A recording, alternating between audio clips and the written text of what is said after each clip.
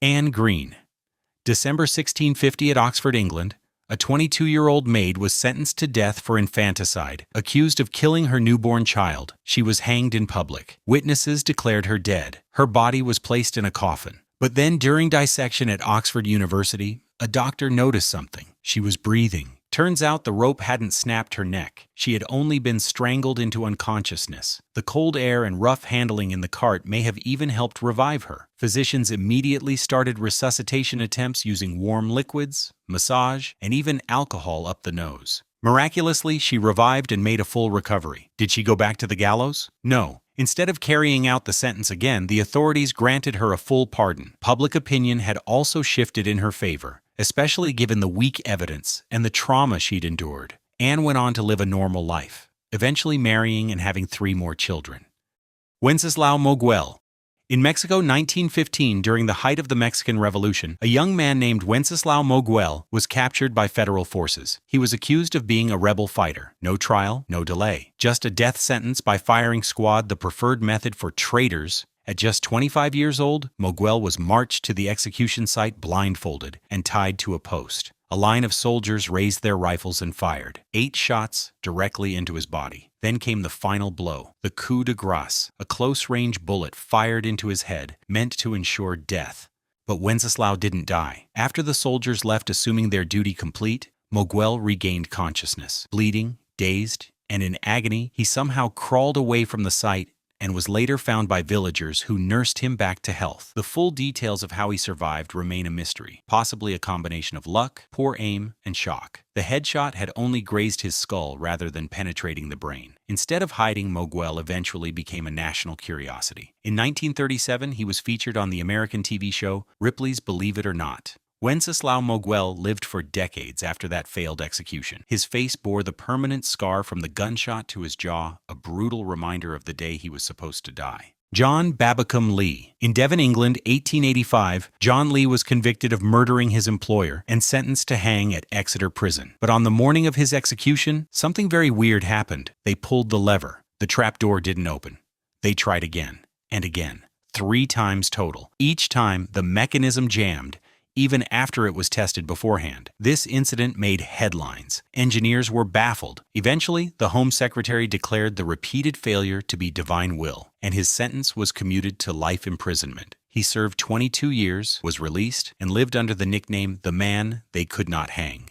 Willie Francis. In Louisiana, 1946, Willie Francis, a 17-year-old African-American boy, was convicted of murdering a local pharmacist. The trial lasted just 2 days, and the verdict was reached without substantial physical evidence or proper legal defense. Francis was sentenced to death by electric chair. On May 3, 1946, he was led into the portable electric chair known as Gruesome Gertie, but something went horribly wrong. The chair had been improperly set up by 2 drunk prison workers, and when the switch was thrown, the electricity surged irregularly. Francis convulsed violently, but did not die. Witnesses heard him scream. He was left burned and terrified, but alive. The botched execution shocked the public. The case went to the Supreme Court, with the defense arguing that a second attempt would be cruel and unusual punishment. But the court held that the second execution attempt was constitutional. They argued that the first had failed due to a technical error, not intentional cruelty, so it didn't violate his rights. Willie Francis was returned to the chair on May 9, 1947. This time the chair worked. He was pronounced dead minutes later.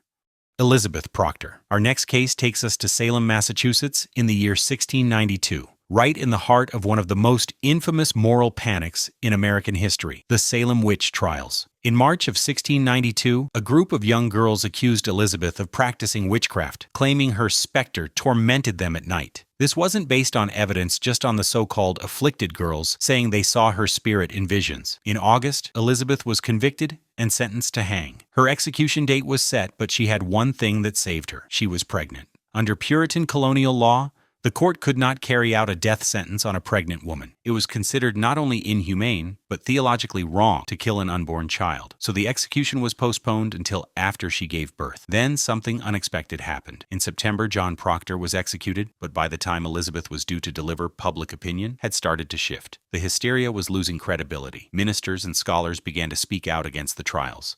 which finally convinced officials to take a step back. By the time Elizabeth gave birth in early 1693, the entire legal framework of the witch trials had begun to collapse. Her execution was quietly cancelled, and she was released from prison months later. Joseph Samuel. In 1803, in the penal colony of New South Wales, Australia, a young man named Joseph Samuel was sentenced to death by hanging. His crime? Robbery, and the alleged murder of a police officer during the escape. He admitted to the robbery but swore he didn't commit the murder. Still, the colonial court wasn't convinced. He was marched to the gallows in front of a large crowd, tied up, and the noose was placed around his neck. The executioner released the trapdoor, and the rope snapped. Samuel fell to the ground, bruised and stunned, but alive. The crowd gasped. A new rope was brought in. They reset everything. Trapdoor opened, snap again. A second failure. By this point, the crowd was murmuring. Even in 1803, 2 failed hangings in a row felt like a bad sign. Unbelievably, they tried a third time. And once more, the rope broke. Now the crowd was chanting for his release. Many saw this as a divine message. If even the gallows refused to take him, perhaps he was telling the truth. Even colonial officials started to feel uneasy. Finally, the governor intervened, declaring the triple failure an act of God. Joseph Samuel's death sentence was commuted to life imprisonment, and he instantly became a legend, the man who would not hang.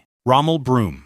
In Ohio 2009, Rommel Broom was scheduled to die by lethal injection for the kidnapping and murder of a 14-year-old girl. But what happened next became one of the most botched executions in U.S. history. For 2 full hours, prison staff struggled to find a usable vein. They jabbed him in the arms, hands, legs, even near his ankle and groin, over a dozen times. Broom cried out in pain, at times helping them locate a vein himself. Still, nothing worked. Eventually, the ordeal was so prolonged and traumatic that the governor intervened, calling off the execution. Broom spent the next 11 years filing lawsuits and appeals, arguing that a second attempt would amount to cruel and unusual punishment. Courts debated it, but before a new date was ever set, Broom died of cancer in 2020, never executed.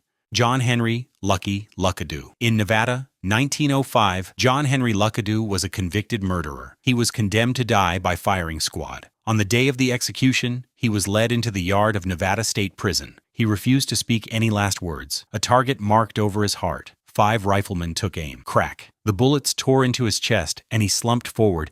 Blood pooled beneath him. But then something unexpected happened. He groaned. A slow, ragged breath. He was still alive. The bullets had missed his heart. Some had passed through soft tissue, others lodged in ribs. Medical staff rushed in. Against all odds, Luckadoo survived. Now the state had a dilemma. Do they try again? The law was clear, but the public sentiment wasn't. Word spread fast. Some outraged, others amazed. The incident was seen by many as a symbolic failure of justice, and to others, a miracle that couldn't be ignored. The governor stepped in. He commuted Luckadoo's sentence to life in prison. He would never face a second firing squad. From that moment on, other inmates began calling him Lucky. He lived out the rest of his life behind bars.